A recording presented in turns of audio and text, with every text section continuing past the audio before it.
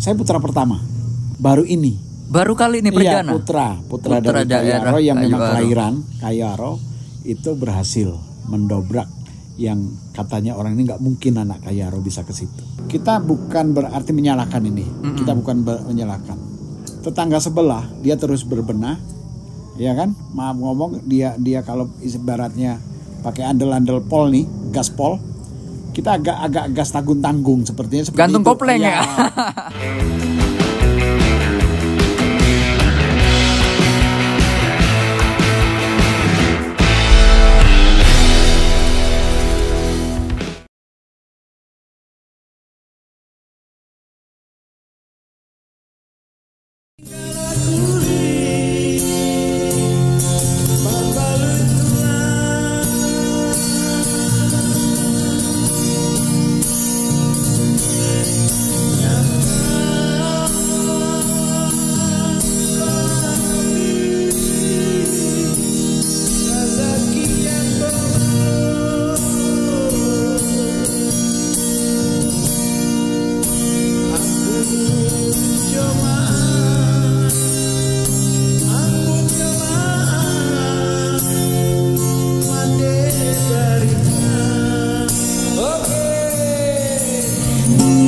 Luar biasa, Pak. Apa kabar, Pak? Alhamdulillah baik. Sehat baik. Terima kasih sudah menyempatkan diri ini. Asik Kita taruh dulu cuacanya dingin. Ini keren sih. Kita kedatangan Pak Andarno.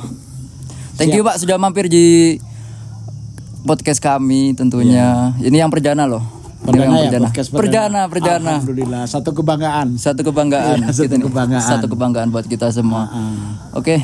Mungkin teman-teman yang ada di Kayu Aro ini sudah nggak asing lagi ya. Dulu beliau ini juga sempat belalang buana ya, Pak ya. Iya. Dari mengembangkan usaha Jarum Mapeko itu terkenal dengan ubi cilembu ya. Iya. Dan saat ini sebuah prestasi sih. Dari tahun 65 silam itu ini ya. Anggota Dewan Provinsi Jambi yang perdana itu kalau di Kayu Aro, asli putra Kayu Aro ini baru Pak Andarno sendiri ya. Alhamdulillah ya. Oke, kalau ini kita mulai dari sini aja, Pak. Jadi Bapak itu mulai politiknya itu, maksudnya mulai di kalangan politik itu mulai dari kapan sih? Kalau saya, Mas, mulai ikut aktif ya, berkecimpung di politik itu sejak reformasi. Artinya 98. Nah, waktu itu kita sudah menjadi kepala desa, tapi sudah intens ikut di organisasi politik. Jadi belajar di situ, artinya kita banyaklah menimba ilmu, bergaul dengan orang banyak, sehingga semakin lama semakin asik ikut politik. Oh gitu. Jadi dimulai dari birokrasi pemerintahan desa, kemudian itu belum ini ya, itu berarti mulai kenal dengan atau bergabung dengan partai politik pertama kali itu di tahun berapa? Kalau bergabung dengan partai politik itu tahun saya 2009. Ya, ketika itu saya ikut kontestasi di pemilu legislatif di Kabupaten Kerinci dengan Partai Lama. Alhamdulillah waktu itu setelah selesai masa jabatan kepala desa yang kedua, saya maju di pemilu legislatif 2009. Ya, dan alhamdulillah di situ kita berhasil lah bisa duduk. Oke. Itu 2009 mulai bergabung dan langsung ke legislatif di Dapil Kayu Aro Gunung 7 dan Kayu Aro Barat sudah ada waktu itu belum ya? Masih 2 kecamatan ya? Waktu itu kita masih gabung dengan Sula. Oh, masih dengan Sula. Ya. Dapil 1. Dapil 1 Sula. Iya, tahun 2009. Itu dorongan apa sih? Oke, memang dari backgroundnya itu memang sudah sosial ya. Interaksi di ibaratnya aktif di birokrasi desa, di tokoh mungkin juga menjadi tokoh masyarakat di situ. Tapi kan ada kalau maju ke legislatif pada 2009 pada saat itu tuh pasti ada dorongan lain di luar itu gitu, di luar lembaga-lembaga itu. Karena gini, saya berpikir ketika itu kalau kita mau ikut membangun satu daerah ataupun satu kegiatan, ini kita memang harus masuk ke sistem. Baik. Karena kalau kita sudah masuk di sistem, akhirnya kita bisa berbuat banyak di situ, bisa ikut apa yang selama ini kita inginkan dan masyarakat butuhkan itu. Karena kalau kita tidak masuk ke sistem, sepertinya susah untuk gitu, ikut memperjuangkan apa yang kita inginkan berdasarkan sosial di masyarakat dan apa yang mereka butuhkan gitu. Oke. Ini kita masih di 2009 ya, masih perdana ini masuk legislatif DPRD Kabupaten. Itu tadi Bapak bilang itu melihat dan ingin menyampaikan sesuatu. Kira-kira dulu itu hal apa yang membuat Pak Anjarno lihat kemudian mendorong hati Pak Anjarno itu untuk maju? Saya harus berbuat ini gitu. Kebetulan basic kita juga orang pariwisata. Oke, siap. Orang pariwisata. Kita masih sama ya, masih. Kita orang pariwisata, kita basic kita juga dulunya guide atau pemandu wisata. Kemudian kita juga ikut di LSM, WWF. Lembaga, WWF. Lembaga konservasi. Ya, yang ada program pariwisata. Jadi ketika itu Kerinci yang kita jagokan itu banyak objek-objek wisata, tetapi infrastruktur untuk mendukung di situ itu susah. Makanya target saya seandainya waktu itu saya maju, bagaimana jalan ataupun akses menuju ke objek wisata itu bisa kita bantu. Setidaknya kita bantu gitu. Benar, baik. Dan alhamdulillah gebrakan kita pertama waktu itu bisa berhasil, mulai dari Simpang Macan sampai ke Gerbang. Meskipun kondisi sekarang ini udah mulai rusak lagi gitu. Dari Simpang Macan ke Gerbang itu di tahun 2009 itu? Itu 2000 kita bangun waktu itu 2011. 2011. Sebelum 2010 itu setelah Bapak jadi. Berarti pencalonan di 2009 itu Bapak naik. Itu kemudian bisa itu jadi target. Itu target utamanya ya. Baik. Itu berarti Bapak masuk di Komisi Pariwisata? Waktu itu saya masuk di Komisi 3. Komisi 3. Komisi 3 kebetulan mitranya itu ada Dinas PUPR. Dinas PUPR pada saat itu. Itu saya kurang tahu ya karena saya di tahun segitu kayaknya masih di luar gitu, bukan kayaknya saya bukan besar di sini gitu. Itu 2011 dulu itu memang akses ke situ infrastrukturnya belum ada ya? Belum. Artinya masih jalan batu. Oh, gitu. Jalan batu. Iya, masih jalan batu. Dari Simpang Tugu Macan masuk ke dalam. Ke Simpang Giri terutama. Simpang Giri sampai ke gerbang itu masih batu. Kemudian kalau yang Simpang Macan tembus ke lingkar Patok 4 itu kan baru itu, hot mix itu. Jadi artinya itu salah satu keberhasilan, bukan keberhasilan kami secara pribadi, secara secara person, tapi itu kolektif dari rekan-rekan DPR. Kita waktu itu mengajak ini loh kerjaan kita bersama. Baik. Monggo kita sama-sama kita perjuangkan dan alhamdulillah bisa jebol di situ berkat dukungan rekan-rekan yang lain. Gitu. Baik. Jadi dari 2009 itu melihat ya intinya Bapak punya background di pariwisata, kemudian prihatin lah ya melihat infrastruktur gitu, kondisi seperti itu. Padahal itu bagian vital ya untuk pendakian Gunung Kerinci, gunung tertinggi di Indonesia di luar Puncak Jaya Papua. Kemudian mencalonkan pada 2009 itu periode 2009 berapa? 2014. 2014. Satu periode dan berhasil untuk untuk membangun sebuah infrastruktur itu yang vital. Jadi kenang-kenangan lah. Jadi kenang-kenangan dan pada dasarnya di Kerinci ini rata-rata pada saat ini juga itu kan pariwisata di Kerinci itu dominan dari ini Sang Gagah Gunung Kerinci ini. Tapi kalau aksesnya sendiri tidak terbangun, orang kan sedikit berpikir. Sedikit berpikir panjang untuk melakukan kunjungan ke Kerinci. Itu kalau Bapak ini ya setelah 2014 itu aktivitas setelah itu? 2014 itu ya kita ini karena gimana ya? Kita 2014 2019 itu kan ikut kontestasi lagi. Dan alhamdulillah waktu 2014 2019 periode itu ya. Ikut kontestasi lagi tapi alhamdulillah waktu itu gagal. Artinya ada yang salah mungkin dengan kita kan. Kita tetap artinya koreksi lah. Bentar Mbak. Mas boleh dong ini Mbak. Ini kayaknya mengganggu angle-nya ya Mas. Gak apa-apa kita santai-santai aja Mbak. Ini relax. Ini kopinya belum datang ya? Mbak, masuk aja Mas kopinya nggak apa-apa. Kita kan ini. Iya. Santai. Kita santai. Ini Pak, monggo Pak, keripiknya aja juga Pak. Ini kita kebetulan ini produk kita ya. Ya, ini program dari UMKM kita yang di sini ya. Iya. Keripik kentang. Boleh dicicip-cicip ini. Kubik. Ini yang original. Original. Ini yang original khusus. Jadi biar ngerasain kentang kayu aro nih.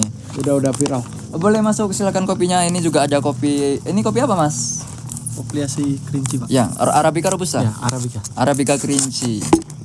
Vietnam drink. Ya, apa? Vietnam drip. Ya. Kopi susu. Enggak pakai cyanida ya? Enggak. Aman ya? Aman. Oke, kameramen mau enggak? Ibunya mau enggak, Ibu? Ibu artistik ya. Gimana Pak rasanya Pak? Renyah dan gurih. Renyah dan gurih. Iya. Ini produk kayak ini yang perlu kita bantu dan kita dorong. Iya. Jadi kita podcast ini juga nanti kita membawa beberapa narasumber yang berdampak gitu kan, influencer.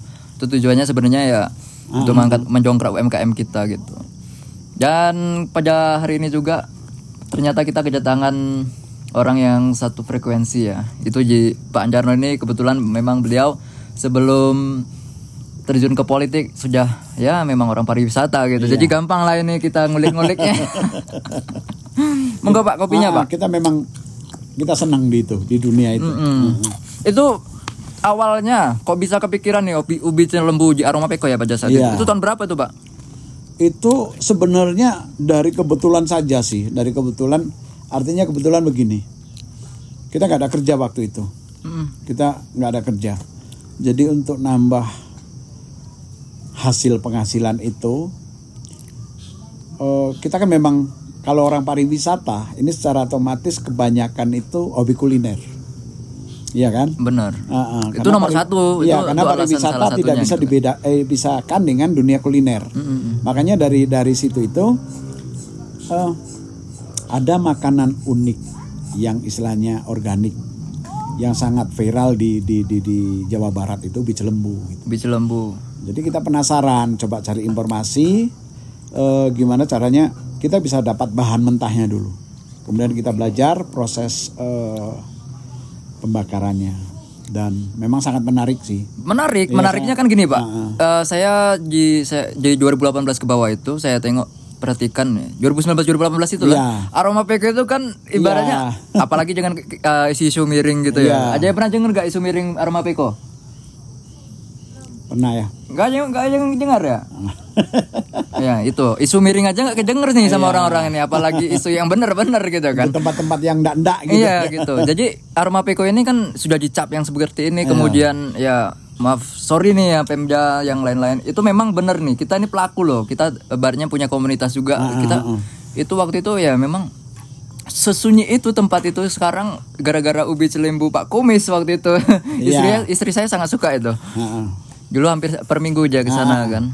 Jadi bisa menjongkrak gitu, dulunya wisatawan sudah malas masuk ke situ. Kemudian, kok bisa ngebum lagi gara-gara ubi lembu. Orang datang dari Padang, datang dari Provinsi Jambi, dari Palembang. Saya perhatikan ubi itu gara-gara ubi itu rame lagi sehingga saat ini kan alhamdulillah. Jadi banyak juga masyarakat yang bergantung. Sebenarnya kan kalau kita ini ya hampir 50% ya, 50 atau 40% itu kan kawasan dan HGU ya Pak, tanah HGU. Jadi kalau kita hanya mengandalkan di sektor pertanian itu akan terbatas, apalagi nanti populasi kita akan terus meningkat gitu kan. Kalau tidak ada ekonomi kreatif yang Bapak ciptakan ini, Bapak kita berterima kasih juga loh. Sudah diciptakan lapangan pekerjaan dari ekonomi kreatif seperti itu gitu. Itu keren sih Aroma Peko ya. Jadi booming lagi, jadi booming lagi. Salah satu faktornya itu tadi. Karena ada daya tarik. Kuliner salah satunya. Apalagi di Kerinci. Di Kayu Aro lah kita bilang. Kita memang kalau untuk wisata kuliner itu sangat kurang. Kadang kita kan punya penginapan juga itu. Tanya, "Mas, kuliner di sini yang ini apa, khasnya apa?" gitu kan. Aduh, kita sudah susah nih. Iya. Kalau mau dibilang jeng-jeng ini masih pro kontra gitu kan. Kalau mau dibilang ya apa ya? Yang sebenarnya banyak Pak makanan-makanan itu, cuman tidak ada wadah untuk mereka. Iya. Mungkin ya kita titip itu satu lah ya dari Kabupaten Kerinci dan Kota Sungai Penuh untuk Bapak nih. Oh ya, kebetulan Pak Anjarno ini pada tahun ini ya sudah dilantik menjadi pengganti antar waktu ya. Di DPR provinsi. Di DPR provinsi boleh diceritakan Pak? Iya. Sebenarnya proses ini cukup panjang. Ya cukup panjang dalam arti kalau di politik ini tidak ada yang tidak mungkin. Semua bisa saja. Jadi artinya kita waktu itu 2019 itu ikut kontestasi di Provinsi Jambi. 2019 2024. Iya. Periodenya. Ikut kontestasi dan waktu itu kita nggak tahu siapa caleg-caleg di dalam. Jadi ada kawan ngajak, Pak, Bapak di kabupaten kan sudah, apa salahnya kalau Bapak coba ke provinsi lewat partai ini katanya kan, partai yang saya tempati sekarang. Boleh nggak Bapak aja sepil partainya? Jadi calonnya siapa ini. Kita tahu di situ tuh calonnya hebat-hebat semua gitu. Oh ini ya dominan itu kalau nggak mantan mantan sekda gitulah ya. Jadi ada mantan wakil bupati, mantan sekda, ya istilahnya kontraktor kelas kakap, ada anak dari seorang pejabat wali kota ketika itu. Maaf, pada saat itu Bapak mantan apa nih? Saya mantan pedagang Cilembu. Oh, mantan pedagang. Oke. Jadi mantan memang dari dulu mantan pekerja keras lah ya gitu. Sampai saat ini belum mantan sih, tetap pekerja keras untuk kemajuan pariwisata di Kerinci khususnya. Jadi di situ itu pemerintah Provinsi Jambi 2017 itu ada yang namanya badai politik lah. Badai politik sehingga menyebabkan beberapa rekan-rekan dan pejabat terkena itu. Kalau itu sih itu bukan badai Pak. Kita sudah ini kasus-kasus ini nih. Kalau kita baru ya podcast kita kayaknya nggak berani nih. Kita yang main aman. Jangan tepi jurang, kita jadi tepi jurang. Tapi jadi itu artinya dengan proses adanya seperti itu akhirnya saya dapat berkesempatan untuk menggantikan beliau yang terkena itu, akhirnya melalui proses PAW tanggal 28 Oktober kemarin itu resmi saya dilantik. Dan yang bikin saya terharu.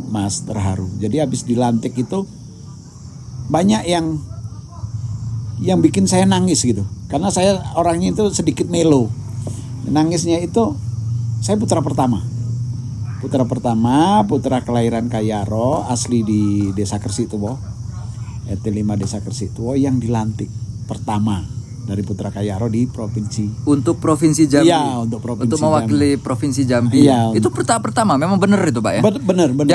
Dari pokoknya dari Kerinci dibentuk ini tahun berapa sih? Jadi semenjak Provinsi Jambi ini dibentuk, apakah 57 apa 67 tahun sekarang ya.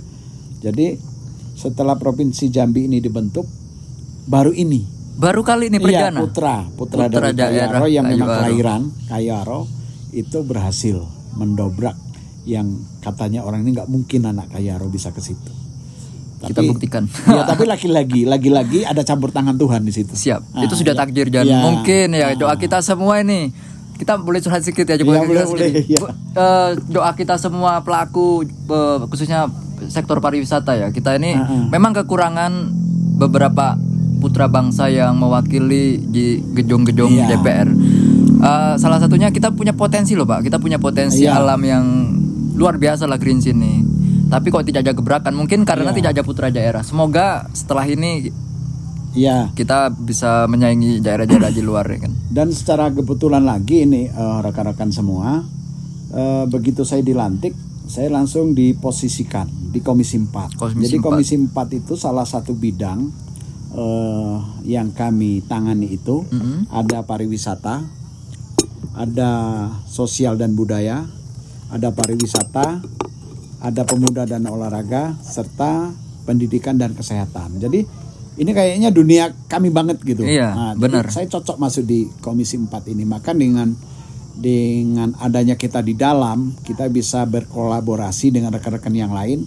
Bagaimana kita bisa sama-sama memajukan pariwisata Provinsi Jambi ya secara umum, dan khususnya daerah kita tercinta ini Kerinci yang kata orang memang sangat tanah surga ya. Ya, sangat kita buktikan cantik di mata mereka itu.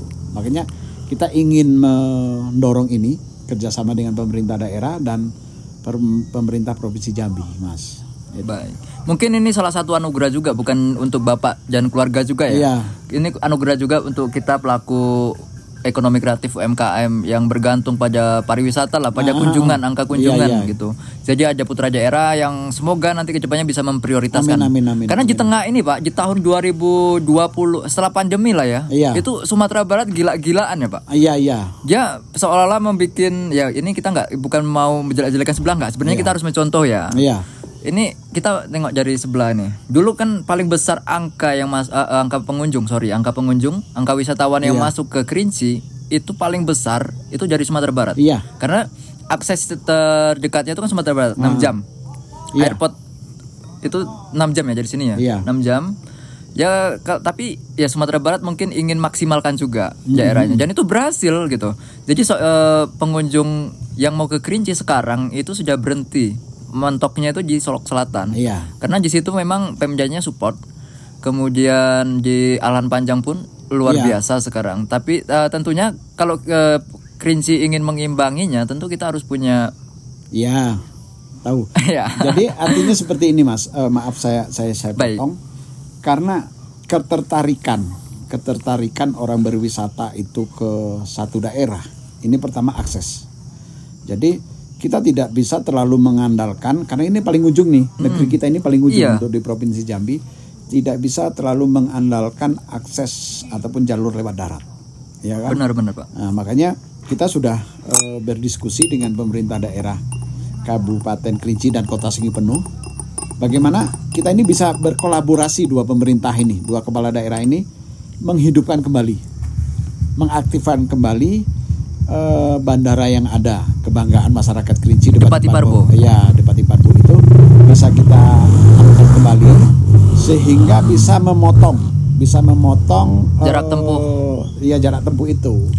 Karena itu tadi dibilang kita kalau ke Sumatera Barat itu hanya 6 jam. 6 jam. Tapi kalau kita ke Jambi 2 kali lipat dari itu. 13 rata-rata ya. Kalau siang. Jadi artinya makanya kita harus kita dorong bagaimana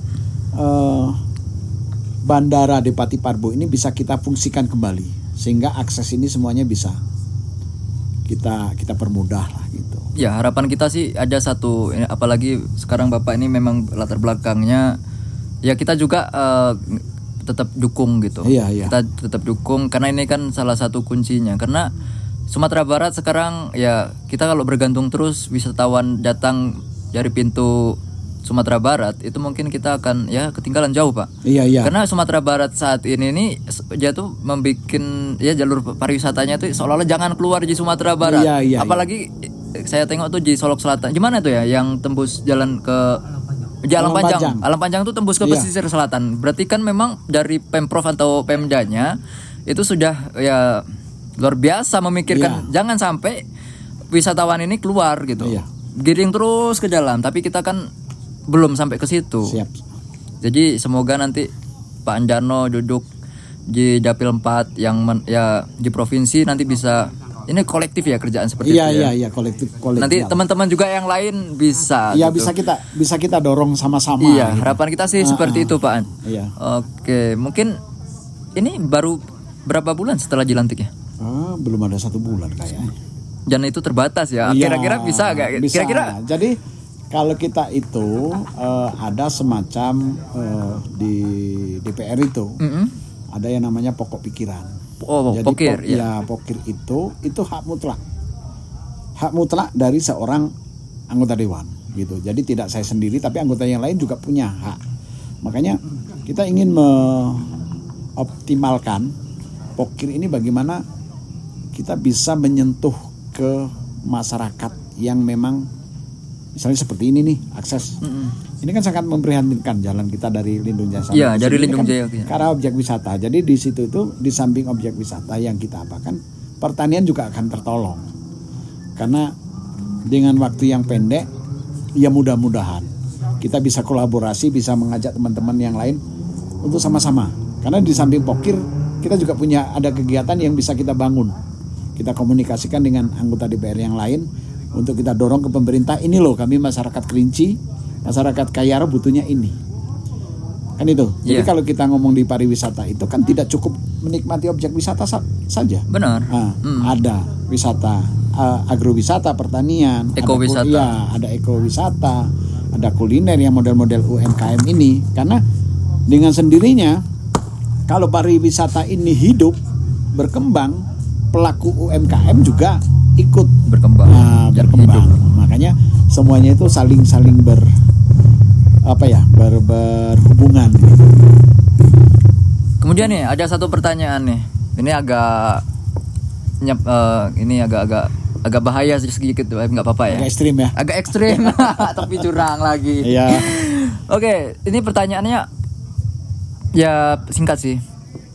Kenapa Kabupaten Kerinci, khususnya Provinsi Jambi itu sangat tertinggal gitu? Maksudnya tertinggal ini nggak tahu kalau ekonomi yang lainnya. Ini kita bicaranya karena Bapak di pariwisata. Iya. Kenapa kok di sektor pariwisata kita itu sangat, kayak bukan sangat sih, tapi tertinggal selangkah dibanding Sumatera Barat, dibanding Sumatera Utara? Iya. Karena gini, lagi-lagi kalau dari segi faktor alam kita sudah sangat mendukung. Maaf ngomong. Kita punya ini loh, yang tertinggi, yang terluas, kita punya branding yang sih. Bisa kita, itu tadi. Punya objek wisata yang bisa kita branding, ini yang bisa kita angkat ke level nasional sebenarnya. Cuman lagi permasalahan kita bukan saja di masalah promosi, ya kan, bukan di promosi, tapi masalah akses yang saya bilang tadi. Kita ini kan terlalu pinggir nih di Provinsi Jambi. Makanya kadang-kadang kita coba tawarkan, coba Bapak atau saudara besok main ke tempat kami. Kami sudah ke situ Pak, tapi jauh katanya. Jauh. Jadi kalau bahasa mereka ini jauh, artinya yang mereka rasakan itu kan dia sudah pernah ke sini gitu. Jadi, tapi begini ya, saya potong sorry Pak. Bukannya Provinsi Jambi ini pada zaman ini ya Melayu tua atau apa tuh? Provinsi Jambi ini kan pusat sentral perdagangan nih dari itu apa namanya tuh yang di Jambi itu? Ada kanal itu. Memang Sungai Batanghari itu kan pusat perdagangan dari untuk India atau Timur Tengah. Tapi kenapa kok yang dulunya kita sudah maju, kan memang ada sejarah menyebutkan kita sudah maju duluan dibanding yang lain. Tapi kok bisa tertinggal gitu? Iya. Jadi di zaman modern ini. Intinya gini. Kita bukan berarti menyalahkan ini. Kita bukan menyalahkan. Tetangga sebelah dia terus berbenah. Ya kan? Maaf ngomong, dia kalau ibaratnya pakai andel-andel pol nih, gaspol. Kita agak gas tanggung-tanggung sepertinya seperti gantung itu. Kopleng ya. Bahasa saya seperti gantung itu. Kopleng. Makanya kita sebagai berbicara di anggota DPR, kita punya fungsi di situ. Ini kan salah satu aspirasi nih. Iya. Pertanyaan dari Mas ini. Ke depan harus kita dorong. Kita sama-sama artinya memulihkan, mengembalikan kejayaan kita, mengembalikan kejayaan Provinsi Jambi tempo dulu. Ya kan, tempo dulu yang sudah terkenal segala-galanya. Iya. Gitu. Kita sebagai pusat ini kan perdagangan ini apa namanya tuh di Batanghari itu. Pokoknya itulah sudah maju selangkah daripada yang lain gitu kan. Iya. Makanya kita berharap ke depan kita sama-sama memikirkan, karena sampean, saya dan juga yang lain-lain pasti menginginkan bahwa pariwisata ini bisa maju ke depan. Sampean punya konsep, saya punya konsep, yang lain juga punya konsep, dan apabila konsep ini kita satukan menjadi satu meja ya, satu pembahasan, insya Allah kita akan mempunyai semacam solusi yang terbaik. Bagaimana kita sama-sama memajukan lagi. Kalau sekarang sudah maju, kita majukan lagi. Kalau sudah kuat ya kita kuatkan lagi. Karena lagi dan lagi pariwisata ini asik Mas. Asik. Karena dampak yang dimunculkan dari segi ekonomi itu sangat luar biasa. Kita berbicara Bali.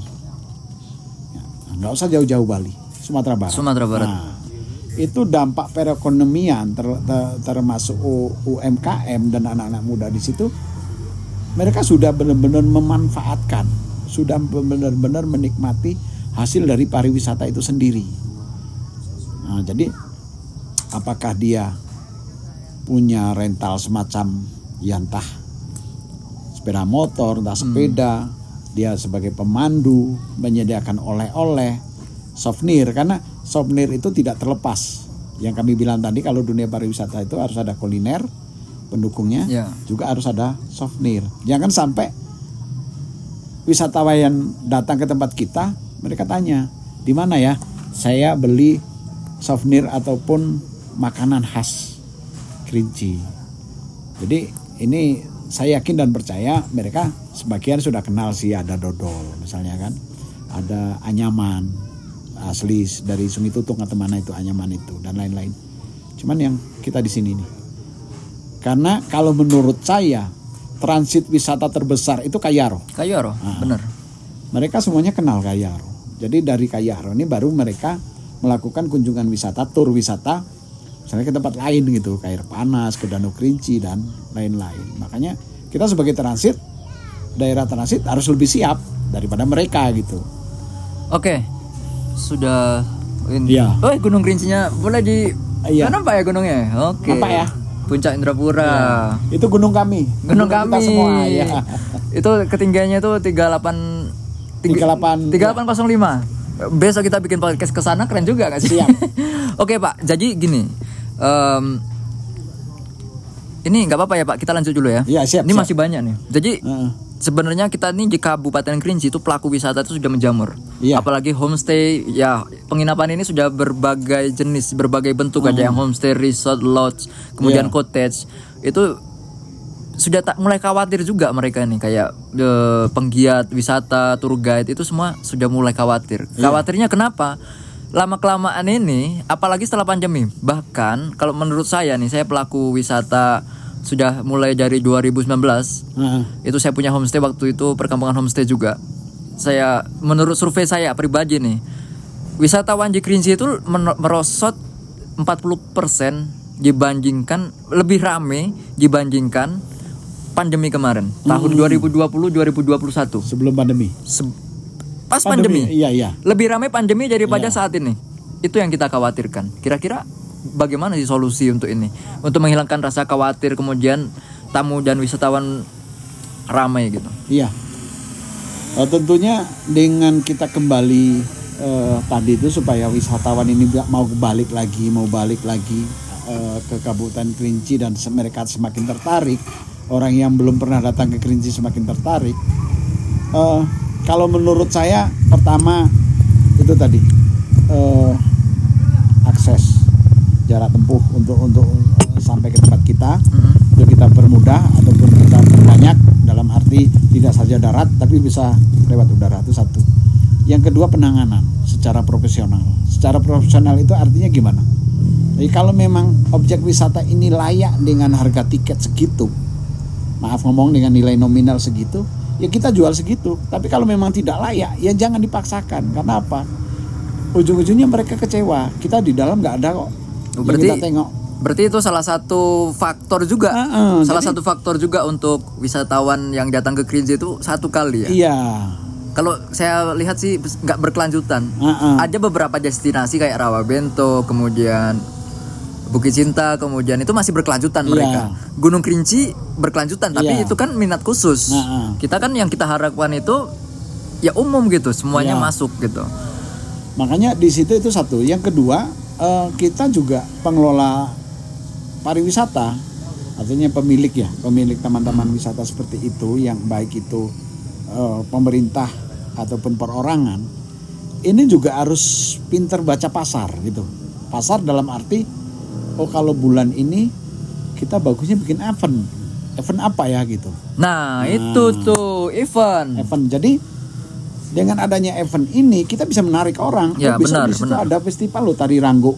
Besok ada besok ada atraksi reok loh. Nah, kan itu. Ini menarik nih.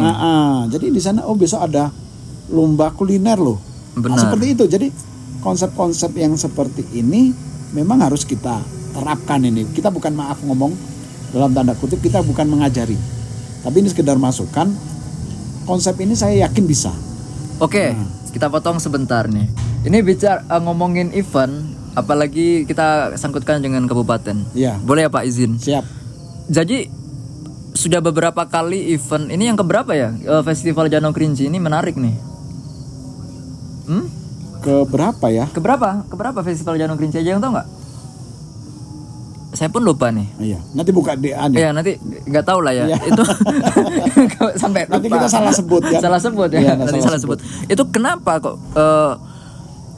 Maksudnya oke lah, itu memang tahunan di kabupaten itu di danau. Iya. Memang sudah namanya Festival Danau Kerinci. Tapi kok untuk pemerintah daerah tidak mengupayakan, karena kan vitalnya sebenarnya kan di Kayu Aro, Pak. Iya. Vitalnya kan di Kayu Aro ini gitu. Kayu Aro ini maksudnya wisatawan itu staycation memang benar-benar 3 harian misalkan. Itu memang pure di Kayu Aro, nanti bonus yang lain. Kenapa kok tidak dibuatkan sebuah event di sini? Makanya gitu.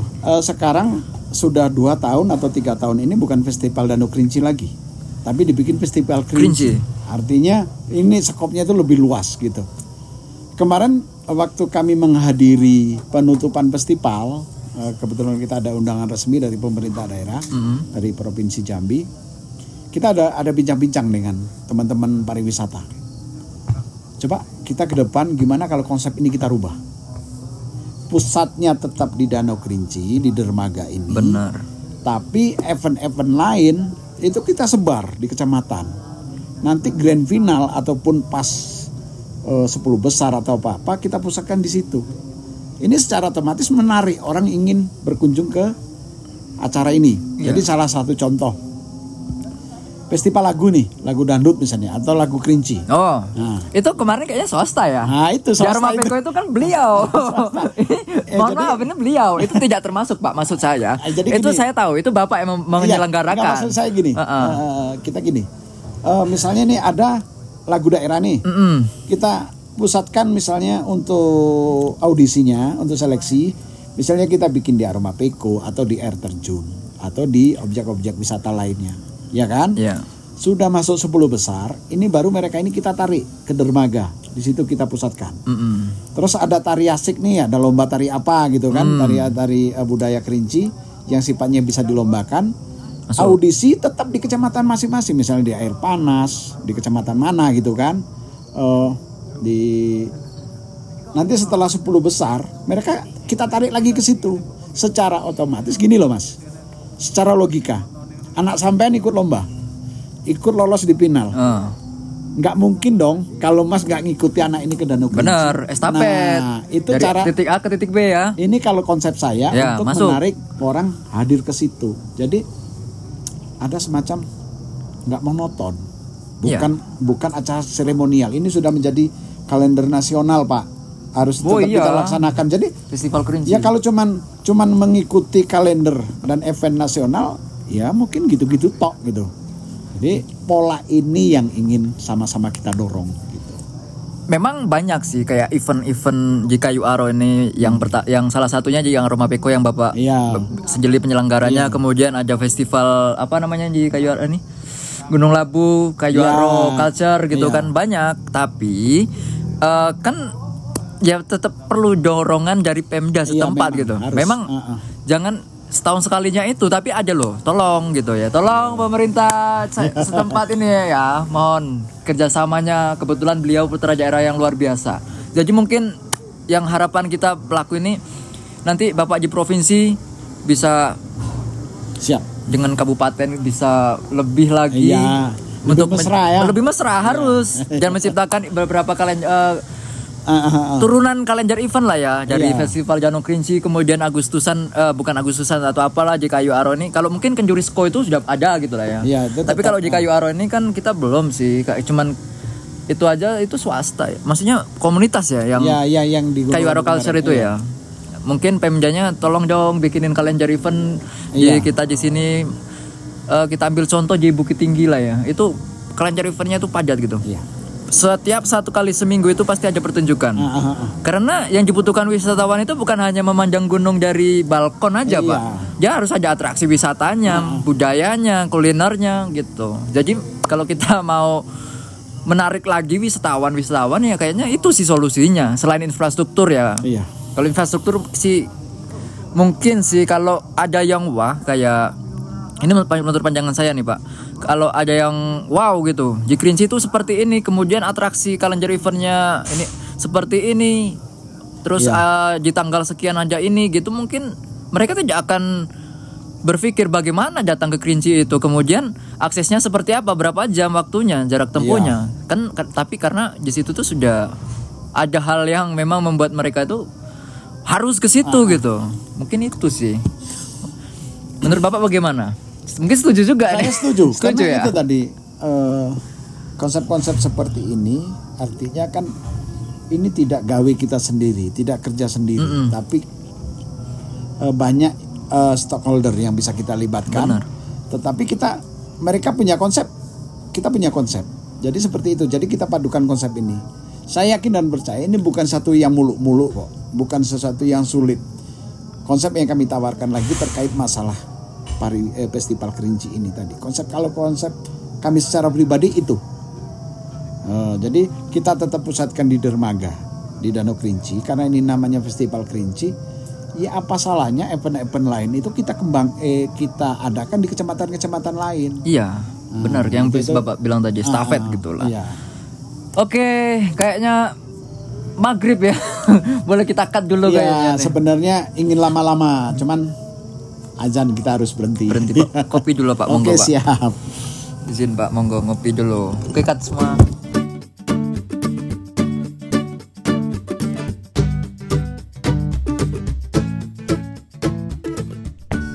Oke, sepertinya tidak cukup waktu untuk mengulik pariwisata potensi yang ada di Kabupaten Kerinci ini untuk strategi-strateginya. Mungkin kita perlu waktu yang panjang ya Pak? Iya, siap. Iya. Atau kita besok kita undang Bapak Bupati ya? Bisa ya? Bisa, artinya pemerintah daerah bisa kita undang sebagai narasumber narasumber yang lain lah. Kita bukan untuk pembanding, tapi artinya memang versi mereka bagaimana gitu, versi pemerintah daerah menangani masalah pariwisata ini. Pada intinya sih untuk kita saling kolaborasi, saling bersinergi lah untuk meramaikan lagi kancah pariwisata di Kerinci. Mungkin cukup sekian dulu teman-teman podcast ini. Podcast kita apa sih namanya? Apa coba? Masih baru ya? Masih baru nih. Masih baru. Nanti ini aja. Nunggu nanti kalau sudah potong kabel. Sudah ada Pak. Iya. Namanya itu Dewan Podcast Waras. Nanti kita obrolan waras saja seputar politik ini dan segala macam. Intinya itu. Oke Pak, terima kasih atas waktunya. Mungkin ada kesempatan kita akan ngobrol lagi bareng Bapak bukan Bapak Bupati aja, nanti ada dari dinas pihak lain ya. Dari pihak lain mengenai Kabupaten Kerinci kemajuan untuk pokoknya kita bareng-bareng. Intinya bareng-bareng membuat konsep bersinergi bagaimana memajukan pariwisata di Kabupaten Kerinci. Siap. Oke. Terima kasih atas waktunya Pak. Sukses selalu.